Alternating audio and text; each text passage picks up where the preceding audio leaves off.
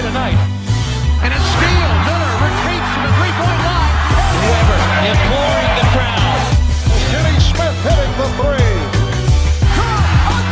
Big-time plays here by Steve Smith. Hey, this is Ernie Johnson. Welcome to a special edition of Open Court on NBA TV. These shows have been a wide-open discussion with Shaquille O'Neal and Charles Barkley, Reggie Miller, Kenny Smith, Chris Webber, Steve Kerr, and Steve Smith. And there's been so much good material in here, we decided to create a new episode calling it Open Court, Curtain Calls, and Loose Balls. We hope you enjoy it.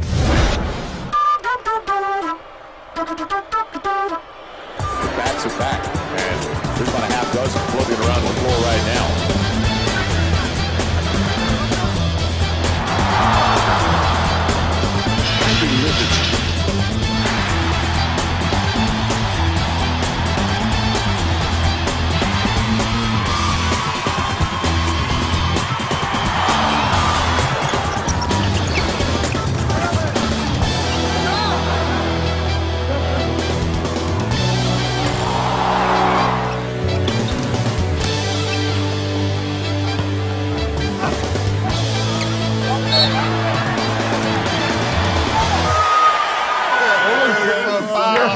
No foul.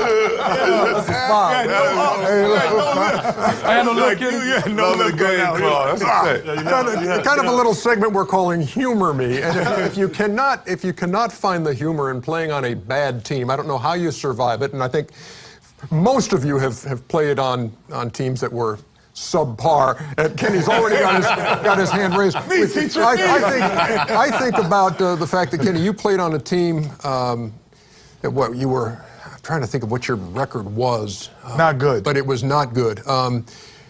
Was it tough to play every night? Did you often take the floor knowing you were going to lose, that the Sacramento Kings were going to lose that night? No, you have a delusion that you're going to win games. But in fact, you were 24 and 58. Yeah, you have a delusion. But, you know, Bill Russell at the time was our coach, and we had an interesting concept with me as a rookie. He said to me on the bus, he said, "You're going to have to sit next to me on the bus the whole time."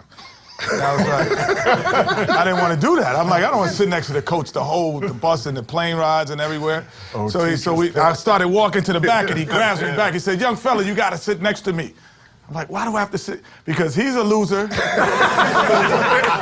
loser. And they're never going to win. So LaSalle Thompson wasn't one of the guys he pointed. He's like, you can't call these guys losers. You know, what are you doing? He's like, I'm trying to trade them. Nobody wants them.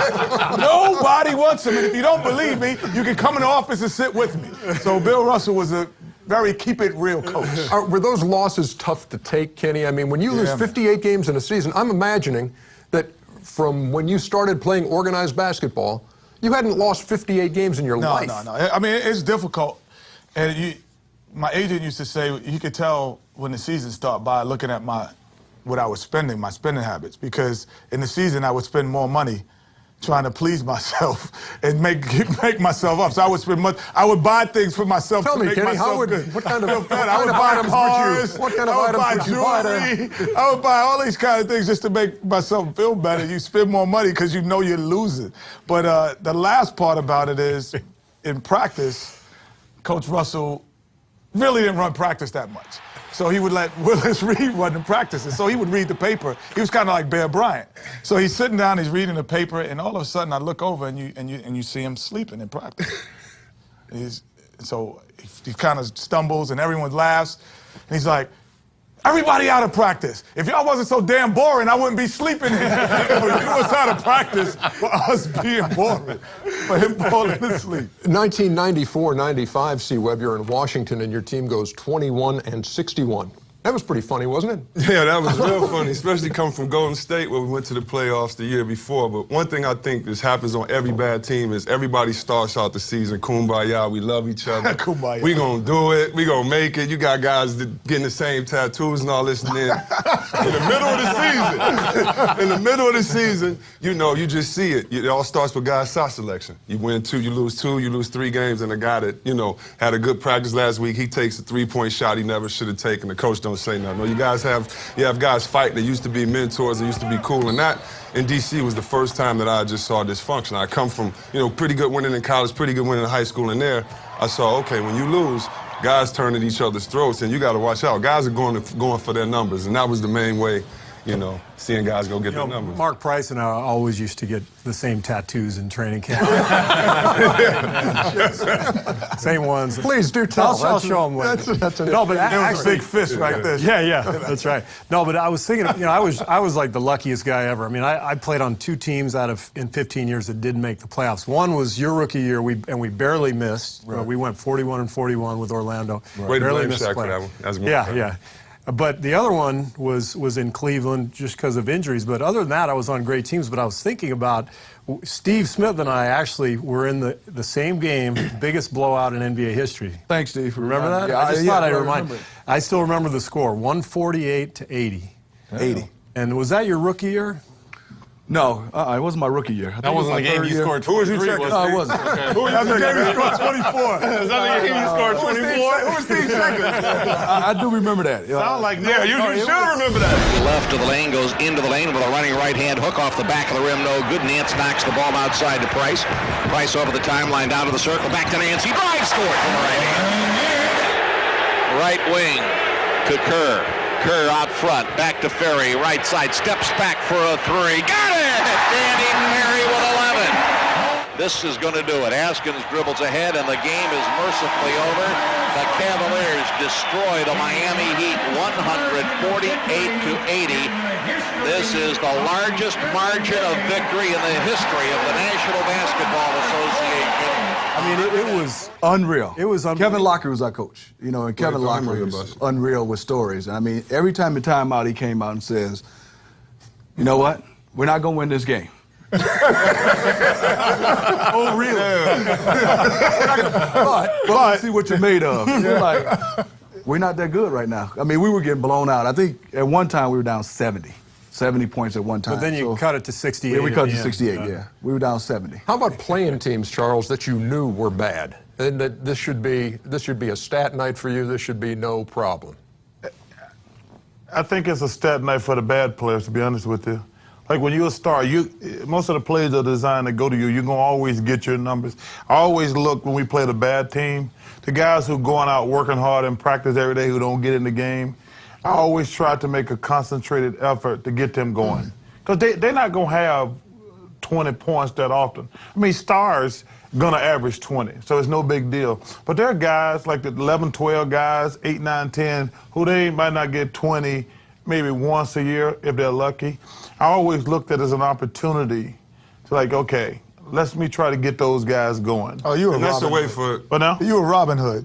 But that's the way, though. But that's the way, though, as a leader, No question. especially for team chemistry. When you play against a bad team, the guys that practice all week and, that go hard, they're doing the extra things, they never get any shine. You're right, that's the time to get that's the big time to lead get them and let them going. get their work in. But those are teaser games when you're playing against bad teams because, A, you know you're going to get your numbers. Yeah. But we used to go into games when we would play bad teams and be like, you know what? Let's let them hang around until the fourth quarter so they think they're going to have a shot to win the ball game. And then, as great teams do, you could turn it on and turn it off any time. Cruel. Bad, you're right. And that's what the NBA is. It's a cruel game. And that's what we used to do with bad teams. Let them hang around to the 5-minute mark. It'd be a 2 or 3 point game. And then you end up winning by 15 points. Shaq, have you played on what you'd characterize as a bad team? Not really. I just used to hate playing against the bad teams that had like the 13, 14 game losing streak.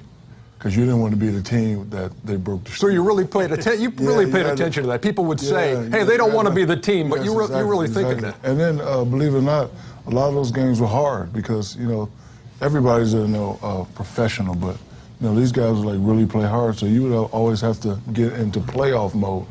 You would really have to play to compete because you didn't want to be the team that lost. Got beat by a team that just lost 15 in a row. Hakeem used to always joke about playing bad teams, and he'd come in the locker room, he's like, "Oh, tonight's my night off, my night off." He said, "But not you, Kenny, not you, Cassell," because there's never bad guards on bad teams. So when we played Dallas Mavericks, Here you go. hold on. It's a lot of bad guards. It's a lot of bad guards. But it's bad everything else. Hold on. I'm going to tell you what he said. I'm just telling you what This is the how he greatest does center it. I know said. The last segment, you said you ain't no bad 24 at half and y'all down by 11. That ain't no bad guards? No, guards, I'm telling you. Guards got to play hard every night. Big fellas could take night off. That's what you said. I'm just telling you what he said. And I Hakeem would say, I only had to disagree with play. that, Kenny. He said, I only had to play 5 times a But year. a big guy's He did always say going to that. be big. Yes. A big guy's always going to be big. You heard the thing, you can't teach height. There's only 5 guys that Shaq had to play against every night. You mean great centers. I agree with that. But there's great guards on bad teams. And when the guard passed you, Shaq had to leave his big man to go help. But there's never great centers. There's never great centers on bad teams. You were the president of the Little Man Can Foundation. you think of a great center who's on a bad team? Never. Great guards are on bad teams. Thank you very much. So are you saying Hakeem had the night off like he wouldn't, his numbers would be down? He's like, it'll be 25 easy. It'll be easy 25 tonight, and I could just sit down and go. He said I'd have to play against Shaquille, Patrick Ewing, David Robinson, and then he'd go, I got to think about it after that. You know what? You know what I wonder when I hear you tell Rick this Smith. story? Here's what I'm saying, I didn't think he put him in that list. Yeah, here's what I wonder.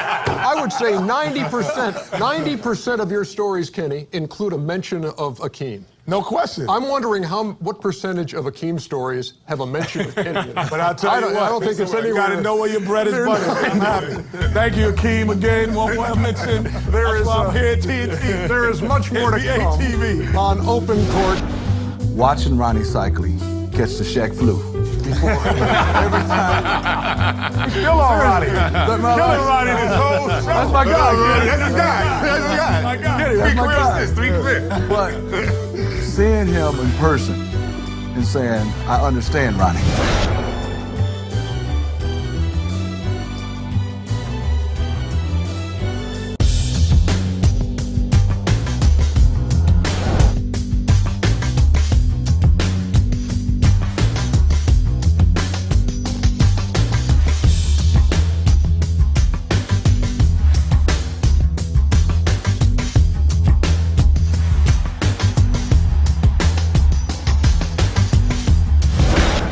Team 2, best dream team ever. Our esteemed panel of There you go. basketball stars and First of all, I was authors. on Dream Team 2, number 1. No, he wasn't with us. Yeah, he was. Yeah, well, He don't even remember you, bro. I was on the Oh, he's talking about Toronto. No, Oh, Toronto, the World Games. I won't even go. Oh, now we send the I Dream thought you Team were to the talking about World Atlanta. Game. Now we send the Dream Team to the World Game now. We could have sent Duke of North Carolina to the World University. Storytellers. What's the best story you got from the original Dream Team, Charles? Well, me, Magic, Michael and Scotty, we played cards every night, all night. It was so awesome being on that team, because everybody got along well. It was really just fun. I mean, clearly, we had no idea what it was going to be when we went there, but to have the type of security we had. But the thing I remember the most, I can't believe how well everybody got along. Because I played on the second Dream Team, and it wasn't like that. Guys were complaining about playing time. Guys wanted to start. But that first Dream Team, how well everybody got along is one of the greatest experiences of my life. I got a story about the Dream Team. That's the year Uh-oh. our college kids, we were in college. We were supposed to go to the Olympics, and this is the first year they changed it. So we go to San Diego or something. It's me, Grant Hill, Jamal Mashburn, Bobby Hurley, a bunch of guys, and we're nervous. So we get there, and we're scrimmaging against these There's guys. La Jolla, yeah, in those practices. Yeah, so we get there, we watch them. We actually get to see them play cards the night before. So we just watching them. We're like, this is the NBA. So the next day, we take the practice like it's a game. We come in, Chuck Daly's like, I want you to bust them up. They over there cocky, they playing around. So we come in, we destroy them. I'm talking about we killed them, we dunking. Yeah. But the next day though, the next day, we come into practice and they were like, y'all ain't winning today. And we didn't score, not on the free throw, not on a jump shot, not on anything. I think it was 2 8-minute scrimmages. We didn't even get a point in. They were all pissed. They were all pissed that we had busted them up the day before. Because the first day, we're like, oh, man, because they were young college kids. We're like, hey, man, let's just go out and scrimmage with them a little bit because they're going to be on the next Dream Team down the line. Let's break it in a little bit. and they started running and dunking and Bobby Hurley's throwing alley-oop up to Grant and then C. Webb, and they just kicked our butt. So the next day, we're like... Did Chuck Daly say anything after that? No. He says, no. He says, now, this is... If you guys lose in the Olympics, this is going to be the worst loss in the history of sport. Because, like, this was like training camp. We had just started. We hadn't been together. Guys had been chilling. Then we're like, okay, guys, let's take this a little bit serious. And the next day, we just like, okay, this is what it's going to be like. Steve, tell me a story. Anything you want. You got a handful of championship rings. What stands out if you're going to sit down and the grandkids say, tell me what it was like when you played in the NBA, Steve? Well, it has to involve Dennis Rodman. I mean, that might scare the grandchildren. It might, but I'll tell them the PG version of the Rodman story. But no, we had a game in Philadelphia one night, and we weren't playing that well, and Dennis had kind of drifted apart from the team a little bit. He'd kind of come back and forth, and there was a disconnect. And so the game ends, and Phil Jackson pulls Judd Bushler, myself, and Jason Caffey aside. He goes, listen, Dennis is going to Atlantic City tonight. He's rented a bus. He's going down there. He's going to have a party. I want you guys to go with him. Wow, take one for the team. We're just the guys for the job. So we went down there. We were there all night. We literally pulled in back to the hotel in Philly at 7:30 in the morning. And we had a 9:30 practice, but it was only the bench guys. The starters had the day off. So we pull in. Dennis goes, I'm going to sleep, guys. Have fun at practice. Judd and Jason and I go to practice. I mean, we're a disaster. But Phil... Did you have to report to Phil what went on? We actually saw him when we pulled in. And the bus had a huge picture of Howard Stern on the side. And so we come in and Phil, we go into the... It was unbelievable. And we go in and Phil's eating breakfast and he goes, what time did you get back? And we're kind of like... And before we could lie and say 3, 4, he goes, I saw the Howard Stern bus out there. So we had just pulled in. But the point of the story, Kenny... Right. I'm trying to get it. Which I'm getting... Phil, this was Phil's unorthodox ways. He knew the emotional connection Dennis had with the guys was critical to our success. And we had a couple nights off before our next game, so he said, you know what? You guys go bond with him, go have fun, go gamble, whatever. And it worked. I mean, it brought us back together. Took us a few days to recover, though. Yeah, where do the better stories come, Kenny, from teams like Sacramento or championship teams like the Rockets? I think the prize is great, and Shaq, but I think the struggle is probably better because you figure out how to get out of it. And I think the first time that, like as a Rocket team, our first playoff together, we realized that it was different. You know, Akeem had already been to the NBA championship, but none of us had or ever been in the playoffs. Vernon Maxwell, myself, Robert Horry, none of the guys, Otis Thorpe, never been in the playoffs. So we playing the Lakers in the first round, and we're playing a great game. And we're up 1 point with 15 seconds to go. And then they throw the ball into Magic Johnson. And as Magic Johnson, I'm playing defense on Magic, and I'm bringing it up, and as he's bringing it across half court, 15,000, 20,000 people rise all at once. I get chills as I'm on the court, and I'm like, now this is playoff basketball. This is different. Because in the regular season, 20,000 people were not standing in one. And they come down, they make the play, Byron Scott hits a shot at the buzzer to win the game. But that's when we said we have to have a different mentality for now on. It didn't help that year, but it helped in future years. When you guys think back to when this guy made his entry into the NBA, and you saw Shaquille O'Neal for the first time, what did you think? You know, for me, it was definitely we had a connection because we were both with the Orlando Magic and Miami Heat, you know, teams that was just getting started franchise. And, you know, for me, watching Ronnie Cycli catch the Shaq flu before every time. Still on Ronnie. Killing Ronnie this whole show. That's my guy. That's his guy. That's his guy. My guy. That's my guy. 3 career. But seeing him in person and saying, I understand Ronnie, because it was unbelievable for him to catch a rebound and then start pushing it and saying, who's going to get in his way? I mean, it was just unbelievable to see a guy with that mass, being able to handle the basketball, and then with the swagger. Now, I kind of understood what Ronnie You know what we used to say about Shaq when we first saw him? Like, we see big guys, we say, you know what, though? If he was 6'1", he'd still be in the NBA. Yeah.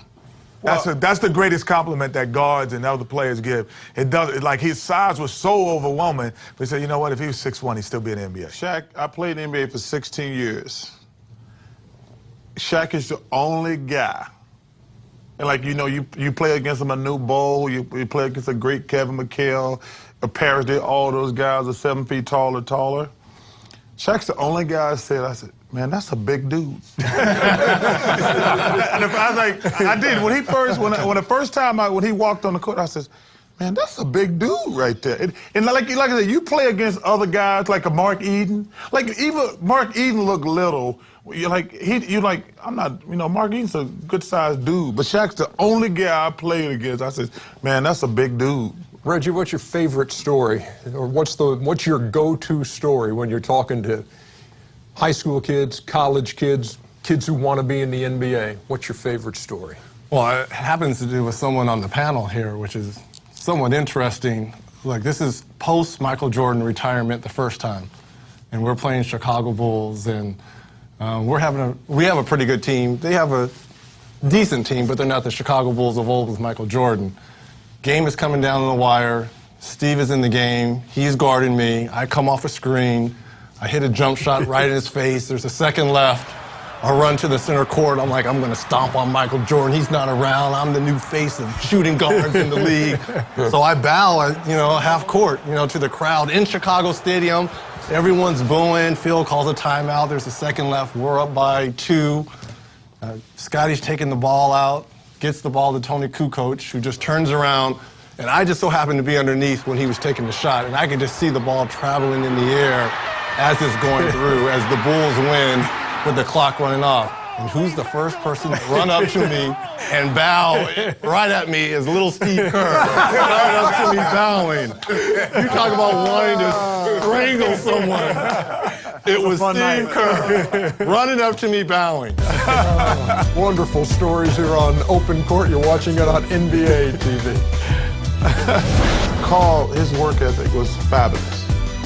Dennis always amazed me because you would read in the newspaper that he was out every night, all night, and to have the stamina that he had, it's pretty remarkable. He killed that you need a good night's sleep theory.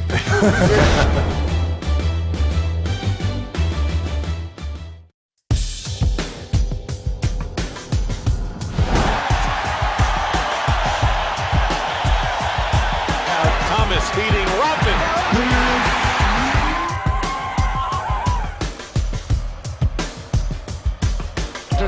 Holding inside Carmelo, great pass, hammer dunk.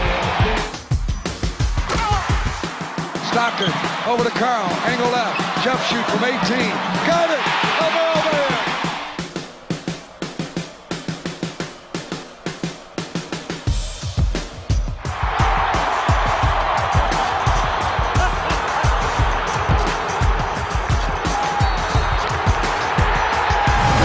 That's the thing about Dennis. Every time he trip you, he's like... The Worm and the Mailman is Open Court continues here on NBA TV. So you and Mailman were roommates once? Me and Mailman were roommates in 1982 at the World University Games. And we've been friends ever since then. And him and Tim Duncan, to me, are the best big men runners ever as far as finishing fast breaks. Carl, I thought, was the best I had ever seen about getting up and down the floor, and Tim Duncan took it to another level. Well, did you and Carl know each other at all before that? No. So what did you learn about him from being a roommate of his? He snores. He's y'all both his country. I had the same overall. Same thing. We were both in college, and I don't think either one of us. Really? No, we were both in college, and I'm not like. I didn't know he was going to turn into the mailman. I don't think he'd think I was going to turn into Sir Charles. Because, I mean, like I said, at that time, we were like 19 years old. But it was really cool to get to know him as a person. Carl is a black redneck. All he wants to do is fish and hunt. That's all he wants to do.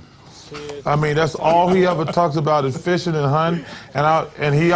We talk about golf, and his thing was golf is a great waste of pasture land. I mean, that's all he wants. He says, dude, I never play golf. That's wasting pasture land. What do you think he learned about you in that time you were roommates? I snore. Well, I think us both being from the South, I think we bonded instantly. And like I say, it's been an honor and a pleasure to be his friend even to this day. But I just think we hit it off because we're both from the South. We're both mama's boys. And I think that's why we bonded. Pancake mix? Both of y'all like the pancake? Pancake mix, man. Now you're getting I'm going to tell you what's interesting out of Rodman and the Mailman. I think you guys would agree. Both of them were ahead of the curve when it comes to their time in the weight room. Conditioning. I mean, both of these guys lived in the weight room. And if you look at Carl, his rookie year, when he, you see how big and how muscular, and still to be able to be that flexible and run the floor. And Rodman at 6'6", 6'7", he was always giving up 2 or 3 inches. He was always giving up 40 or 50 pounds, and he's still averaging 15 rebounds a game. And I will disagree with you a little bit. To me, and I'm not trying to stroke you at all, but look, you and Carl, to me, are the greatest power forwards of all time. And you talk about guys being able to go coast to coast with the basketball. You can throw Tim in there, no disrespect because you played with him, but no one was going to get in your way and no one was going to get in Carl's way. Well, my theory was if somebody drew a charge, I was going to try to kill him. And I always say, if you can take 6 of those, you're a better man than me. But the interesting thing, like Carl, his work ethic was fabulous. Dennis always amazed me because you would read in the newspaper that he was out every night, all night, and to have the stamina that he had, it's pretty remarkable. He killed that you need a good night's sleep theory. You have a little experience with that in there somewhere, don't you? But I did try to get a good night's sleep every now and then. And Dennis went through these different phases as a player. I remember back in the Detroit days, pre-tats and all that stuff. And you knew him a little bit then? I did. In college, I used to always go up to the Pistons and work out with them and watch him. This was before he turned into Dennis Rodman with the tats. But the thing that amazed me as a young player was watching a guy go through his practices, or sometimes after the game, and I go in the locker room with John, Sally, and Joe and Isaiah talk, and he'd be on the treadmill or he'd be on a Stairmaster, and they say he would do an hour after a game. So for me to see a guy that just played a game and his ability to go get on the Stairmaster for another hour, and then also playing against him. I never had a guy that I didn't think I could go around at 6'8", standing straight up, and laterally he could still slide his feet and draw a charge. To me, that was unbelievable. He wasn't the most skilled guy, but when you talk about the greatest athletes to ever play in the NBA, I think Dennis Rodman is in that category. When you think about the stamina, what you talked about, Charles, just the way he lived his life and to be able to play with that kind of energy night after night, the way he could run, especially early when he was with the Pistons and he would chase people down and guard every position. That guy could have been a world-class triple jumper or 400-meter sprinter. I mean, he was incredible. And Shaq, this is a guy, too, who, you played with him a little bit in L.A., but playing against him, wasn't he? He's one of those irritating, get-under-your-skin kind of guys, right? Would it be fair to say, yeah, love having him on my team for what he does, but when you're playing against him, I'd rather not?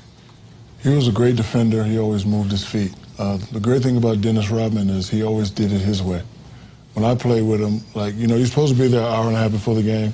He would come in with 45 on the clock, eating chicken and rice.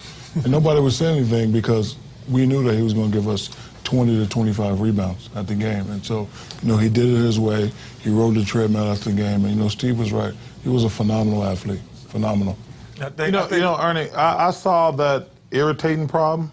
Because Michael used to joke to me all the time. What I would do is, I just punch him as hard as I could at the beginning of the game, and he would leave you alone. Yeah, you sure would. He would. You just had, because Michael used to, Charles, why you keep doing that? I said, dude, he stopped, because he stops irritating you and bugging you once you clock him. I would just punch him as hard as I could, like in the first 5 minutes of the game. He gave me my first job. Country Day, he used to go play video games. When I was in high school, he'd be up there playing video games with kids in the arcade. You remember this? And So he gave me my first job. I go up, he's like, you want to come up and camp? I'm like, yeah, thank you, Mr. Rodman, you know. I go up there, he pays me, he's working with all the kids, and then he plays with us for 3 hours after. Just plays with us. He wasn't shooting all that, running and doing all that, but he played with us, and he didn't have to. It was other Pistons, other people there, and, you know, seeing his work ethic, it really impressed me. And then one thing about Karl Malone, when I got hurt, I respected Karl Malone. I've always respected him, but you know, it's something when you lose your athletic ability and you rely on certain things. And for certain things, I relied on. And with Karl, I always noticed it was still hard to check him, even though I had certain advantages or he had a system. And, you know, really when I got hurt, I noticed the cycling classes he did, or I would notice other things. And I'd always worked on my game. It wasn't like I did more, but now I can actually play from under the ground. Like, let me watch his tape now. He's stuck to the ground. Now he has a standstill pump fake that he does like that, and he's going to get me. Or he kicks his leg out when he comes from the post on the side. And just trying to figure out his game, or how he kept it going, to me, you know, the longevity that he played. And he, by far, to me, is the best runner, maybe the best runner that's played the game. Because there's a drill we all know. They put cones on the hash marks. You're supposed to get the fast break. Big guys are supposed to run outside the cones every time. It's the first quarter, the second rebound. He's sprinting, and he doesn't have the rebound, running to that cone, because on Utah, the guards switch up under. And every time he's running down there, so whether he's a decoy or not, you know you have to be in shape, ready to play for him at any age, and I really had a lot of respect for him. Karl Malone is a more complete basketball player, for sure, than Dennis Rodman. He was able to do multiple things. He's the first guy who has size and touch that we had seen at that size and have touch. Dennis Rodman is the first guy that I've seen that made defense payable.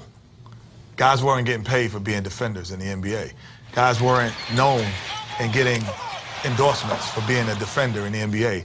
He was such a great defender that he transcended what was normality. So, okay, you're a great guy, you can defend, and you're supposed to do that. That's part of basketball. But he did it so well that it became an endorsement. Yeah, I think, Steve, you put it well, too, because you said he was more limited in what he could do, but he knew what he could do, and that's what he did. He'd rebound the basketball and D. And he wanted to be different, and so he was. And he was, but he would purposely not score. I think Dennis took pride in those games where he had 0 points and 23 rebounds. Like, he used to pass up layups sometimes.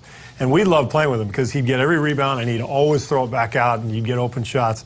But I think he purposely did not score sometimes just to be different. He averaged 7 points in his career, did Dennis Rodman, with multiple rebounding titles. A couple of guys, Karl Malone and Dennis Rodman, who got it done but came at widely divergent ways to do that. We've got more coming up on Open Court here on NBA TV. When I hear this conversation, it's crazy because I know your mother's strict, you know, I know parents and everything else. When I look at us, I'm just like, we made it, and like you said, it's because of hard work, and it took so much more, but I just thank God I had like a family support system, because a lot of guys that didn't make it, they were much better than me when I was in high school, and they just didn't keep following through, lost their way, and I would just have to say, who was better than you in high school?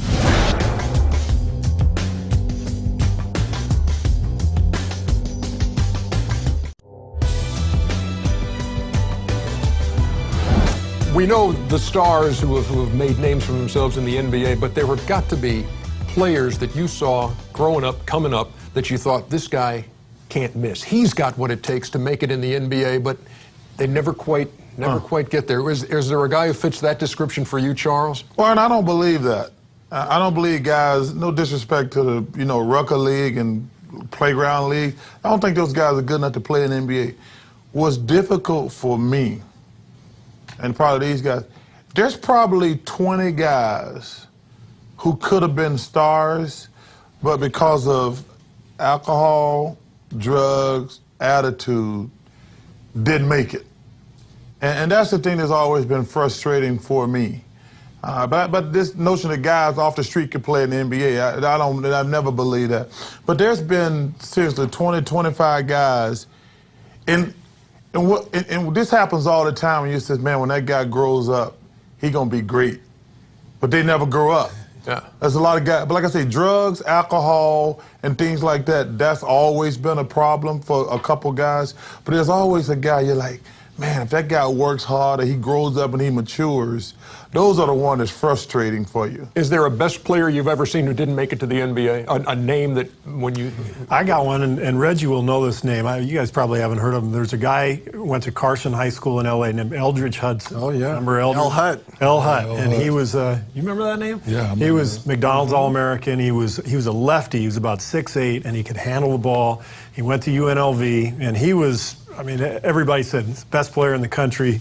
He was like a point forward, and he blew out his knee at UNLV and never made it professionally. Well, it's interesting because Kenny will know this name. This guy came on a recruiting trip while I was there at UCLA. While we were both looking at UCLA, and he's from New York City. Kenny Hutchinson. He was one of the, I wrote his name down. one of the all-time great. He's about 6'3", 6'4", point guard, shooting guard. Ended up going to Arkansas, but like to Charles's point, lost his way, got caught up in drugs, and really didn't make it, but had all the tools to be a great player. Found his way back, so I know Hutchinson. But I think the one thing that it's like you see a lot of guys like Kenny Hutchinson. Another guy that I grew up with, a guy named Ernie Myers, was stars among us at that time. But what you do, you take things from them. Like if it wasn't for Ernie Myers and Kenny Hutchinson, I don't think I would have made the NBA. And I told Ernie Myers that one time, another guy named Alvin Lott, because some of their tenacity and I asked Ernie Myers one time, why do you play so hard, man? Like, we play in these AAU games, you play so hard. He's like, Kenny, if I don't win, I don't eat. I'm like, man, I got to get that attitude. Like, if I don't win, I don't eat. Because he came from a different background. He's like, if we don't win, we don't eat. So getting those things pushed me into the NBA. If I never met these guys who I thought were better than me or could have made it, I don't think I would have ever made it. Ernie, I think one thing that we as players never get credit for, because first off, you make it in a professional sport, it takes more than talent. I think we never get enough credit for how hard we work. People are like, oh, they're just talented. I'm like, dude, everybody's talented. And like you went through the gauntlet of high school, college, and then you get to the NBA. Man, you have to really work hard. And number one, everybody on here played for a long time. And you can't play in the NBA. Like talent will get you to the NBA, but you can't play a long, extended period of time unless you're working your behind off. Certain guys have the aura that when you look at them, you say they're going to make it. Like I played with a guy in college, Chris Jackson. He was a phenomenal dude. And like when I was playing with him in college, I was saying to myself, when he gets to the league, he's going to dominate. But he could never really, cross over like that, cross over the hump. Mahmoud Abdul-Rauf. Yes, Yeah, Mahmoud Abdul-Rauf. I think a player that, and Reggie, you were in Indiana at the time, Jay Edwards. We both came in college at the same time. I mean, he destroyed the Big Ten. I thought for sure Jay Edwards. Looking at him as a shooting guard, he's averaging 20 as a freshman. I thought for sure it was going to translate. It didn't. So I would say Jay Edwards and another guy from the Detroit area, Winifred Walton. Winifred Walton from my high school was a Chris Webber mixed with a Jalen Rose mixed with a Magic Johnson. It just didn't translate. But as far as skills, I mean, he was averaging 26, 12, and 11 in high school. Went to Syracuse. It didn't pan out. So Winifred Walton would be that guy for me from Detroit. For me, I had a real crazy AAU coach, and he would point out people that weren't going to make it, that were supposed to make it, instead of saying this guy is so great. And so when I hear this conversation, it's crazy because I know your mother's strict, I know parents and everything else. When I look at us, I'm just like, we made it, and like you said, it's because of hard work, and it took so much more, but I just thank God I had like a family support system, because a lot of guys that didn't make it, they were much better than me when I was in high school, and they just didn't keep following through, lost their way, and I would just have to say, Who was better than you in high school? I saw him. Come on, man. I'm just saying, come on, D. Rose, D. Light, I'm just saying, all those guys, I'm just saying, but you see people that's at your level, Juan Bell, all these guys, and you're just seeing them fall off for reasons that has nothing to do with basketball. He's not the game today because he got bad grades. He's not the game because of this or that. And so, I mean, for me, it was more high school players that I saw that I thought were going to make the league, but you knew that you saw other things in their life that maybe they wouldn't be able to. That separates everybody sitting here is, when it comes down to it, discipline. There's a discipline that you have to be an NBA player, or you don't make it. If you don't have those disciplines, you do not make it in the NBA. It's open court on NBA TV. You and Charles. I know who's better than you and Charles combined. But Benoit Benjamin. No, it was a scene when they was getting ready to start making love on the floor. So the girlfriend pulls out some hot cheese and started melting on his chest, and he was going, and that cheese was burning his chest.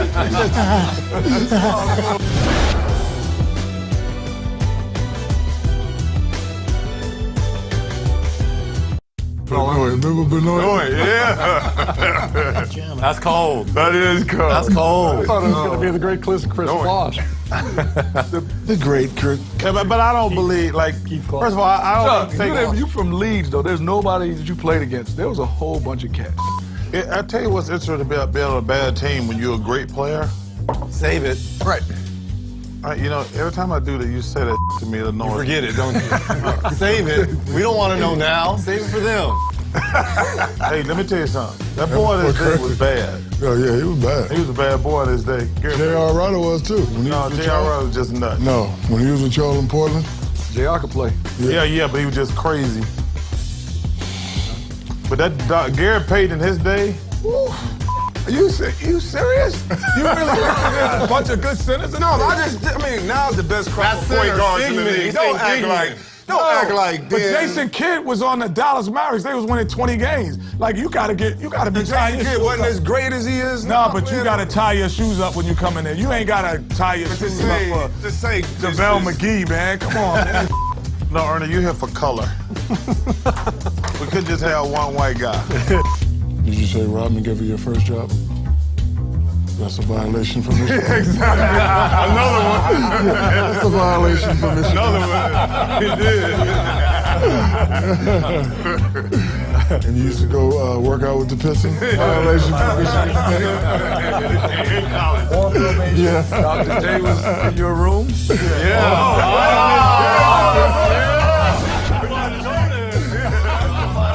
For more Open Court, check us out on NBA.com and NBA TV. This is one of those questions that everybody wants to go first because Go in alphabetical order. if you go last, Go in alphabetical if you go order. last, you say, "Oh, he took mine." So what is Let's the? go by fewest All-Star appearances. Okay, so what is the one movie, Steve Kerr, that if you're flipping around and you see this movie, you stop what you're doing and you watch it? Doesn't matter where it is in the movie. Shawshank Redemption. Oh, That's an easy one for me. Great movie. Great movie. What is it about Shawshank, Steve, that strikes a chord with you? Red and Andy, the friendship between those two guys, and then the scene at the end where they finally end up in Mexico. Oh, I you didn't haven't see seen it? Oh, my fault. Still gets me every time. Shaq. My favorite movie is Don't Be a Menace while drinking South Central juice. Grandma? Are you kidding me? No, listen. Small world, It was a scene when they was getting ready to start making love on the floor. So the girlfriend pulls out some hot cheese and started melting on his chest, and he was going, and that cheese was burning his chest. That was a Love-Making Scene. Hey, that was your favorite movie, wasn't it? Black Mountain? Remember that, Chris? Was not Remember as that, Chris, and that cheese? wasn't as good as the book. That's Kenny.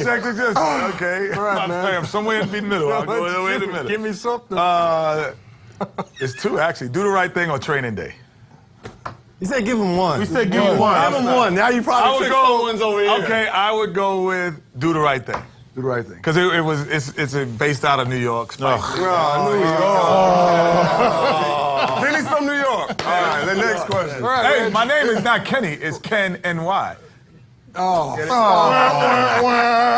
it. We have somebody here who's in the film business, so I greatly value the answer I'm getting here from Reggie Miller. Well, I'm sure this is going to be someone on my left side's movie, Remember the Titans. Yeah. Denzel Washington. I just think, the social I'm concept. dodging bullets over here. Nobody's going to take Driving Miss Daisy, don't worry about it. Go ahead. Mine is Life with Eddie Murphy. I got another. Okay. The gun line, boss. Oh, yeah. But that's the gun line. You know that one. You better start talking, boy. You're going to make me follow them bottles, boy. You know what? And I can't be no more inventive. That's my favorite. Don't cross the gun line, boss. Cross the gun line, State of boss. Mississippi. Yeah, that's my favorite. That's my favorite. Like, You know that one, Chuck? You seen that? I do. Okay, Balls, Charles. I can't believe he don't like us. Balls, he want to get away from us. Charles, nobody I will has say taken this your. first, Nobody's taken my your movie's film. great. All y'all picked out great movies, but Braveheart. Yep. Braveheart is my favorite movie. I watched it I watched it about 3 days ago. Anytime I'm going through all those channels, I see Braveheart. Now this is pre-crazy Mel Gibson, I might add. Yeah. Okay. not the Mel Gibson now, but that's my favorite movie of all time. What about yours? Go on. I'm a big fan of No Country for Old Men. I like that. A big fan of The Untouchables. No, you only get one. You only get one. I know, but last time I checked, I'm looking at hearing 10-9-8-7-6. I'll just fill it up with as many movies as I can. What about Kazam? That's Kazam! Kazam! Why did I say that? I should. You know they said Kazam was so bad they didn't even put that on DVD.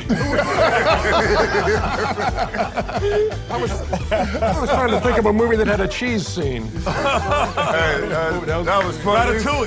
Yeah. Oh, wait, y'all.